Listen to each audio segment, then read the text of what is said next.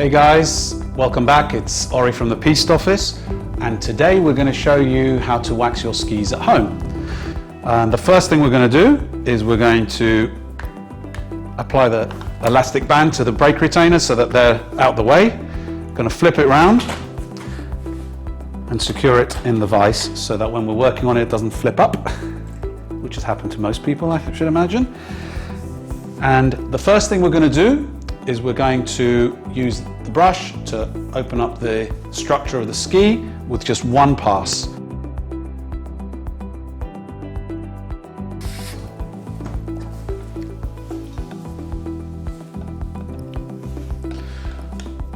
Now that we've done that, we're ready to apply the wax.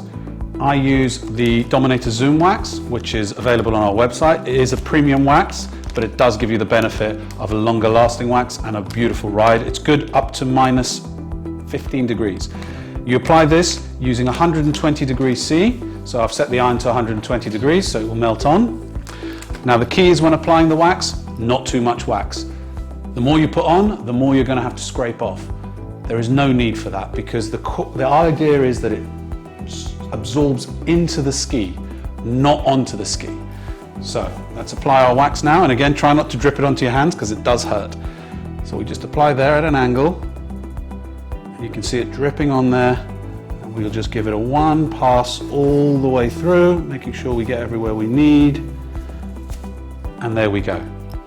That's the wax applied. You can always add more wax if you need to, so do not worry about how much wax you've applied.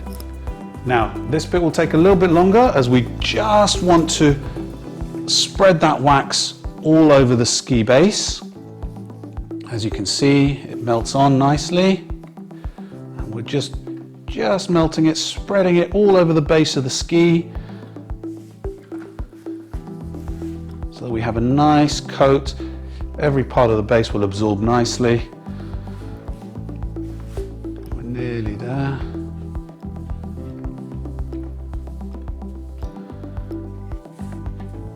Just make sure I've got enough wax. There's bits there that haven't got any. And then all the way to the tip.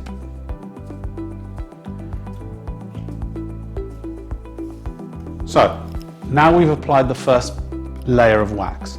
We now need to heat it up so that the ski absorbs all that wax. And it doesn't matter where you start. I usually start at the tip. It doesn't matter, and then just move it along slowly. Let the iron heat up the wax and the base of the ski so that it absorbs into the core. Do not, whatever you do, leave the iron in the same place. You will damage your ski. You want to keep moving, let it run. Can you see how lovely and shiny that's coming across now as the wax heats, and then you can see it start to cool down. And then all we're doing is going all the way to the end, and then we'll start going backwards as well.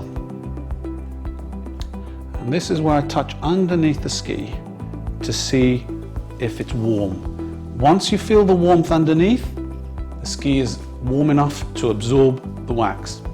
So just going through slowly a few more times, just to see if we can feel that ski start to warm up. It does depend on the room temperature, how quickly this happens, but usually a few passes should do it.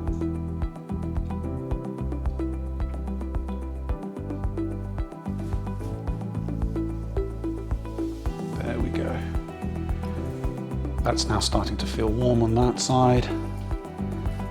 Let's see, once we've done this pass, how it's doing.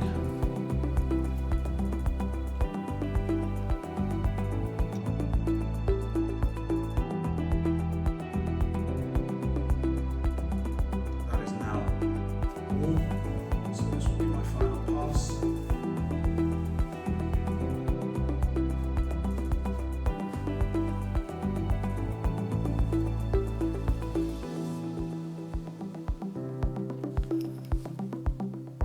And that is now the first part applied. The wax is now on. We will now leave it for 20 minutes to cool down.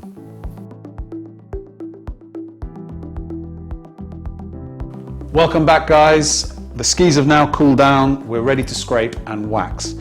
The first tool you're going to need for that is a good old plexi scraper, also available on our website.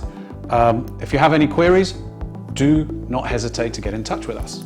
So with a plexi scraper, we're going to be pushing along to get rid of all that excess wax before we brush. So the first thing we do, as you can see, it's coming off nicely as we push along all the way. I usually do it tip to tail. I'm not sure if it makes too much difference, but we just keep doing that until all the wax is off. All that excess wax has to go. Sometimes I find that if you turn it onto the side, especially on a narrow ski, you can get a bit more purchase on the base to get rid of all that extra wax.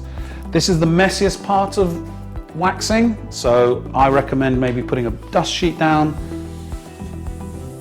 to collect it all up, because otherwise you're just going to have to vacuum it up and clog up your vacuum cleaner.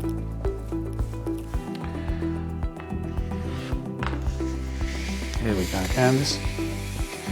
There is no problem doing this as many times as you want. You're not doing any damage to the ski, so keep going until you've got all the wax off. Sometimes it comes off easier, sometimes it takes a little bit longer, but as you can see, as I'm pushing this down the ski, you can see it collecting all that excess wax. And you can see on the base where we have a little bit of wax left over that we want to get rid of. And oh, there you go.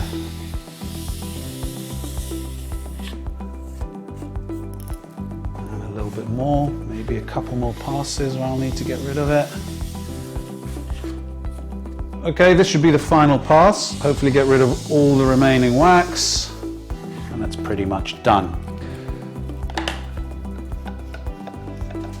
Get rid of all the flakes. And now we're on to the final bit of the waxing process, which is the brushing. This is very important because this will help the moisture flow down the ski as we open up the structure of the base. Now, the way I do it, I do a minimum of 5 times, but there is no maximum. You can do it as many times as you want, and the more the better. The one thing I will say is, whatever you do on one ski, you must do the same number on your other ski so that they flow in exactly the same way and not one ski's faster than the other. So the way I do this is with nice overlapping strokes, putting pressure down, so quite a bit of pressure, and then you do it again, nice overlapping strokes.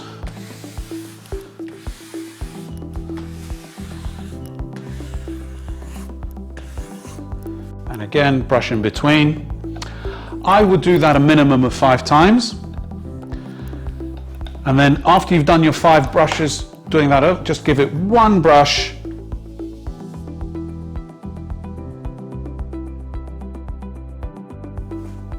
And that, ladies and gentlemen, is how we wax skis. I hope you've enjoyed this. And if you require any further assistance, please look at our website, which has a lot of information on how to wax service and other useful information. Thank you for joining me.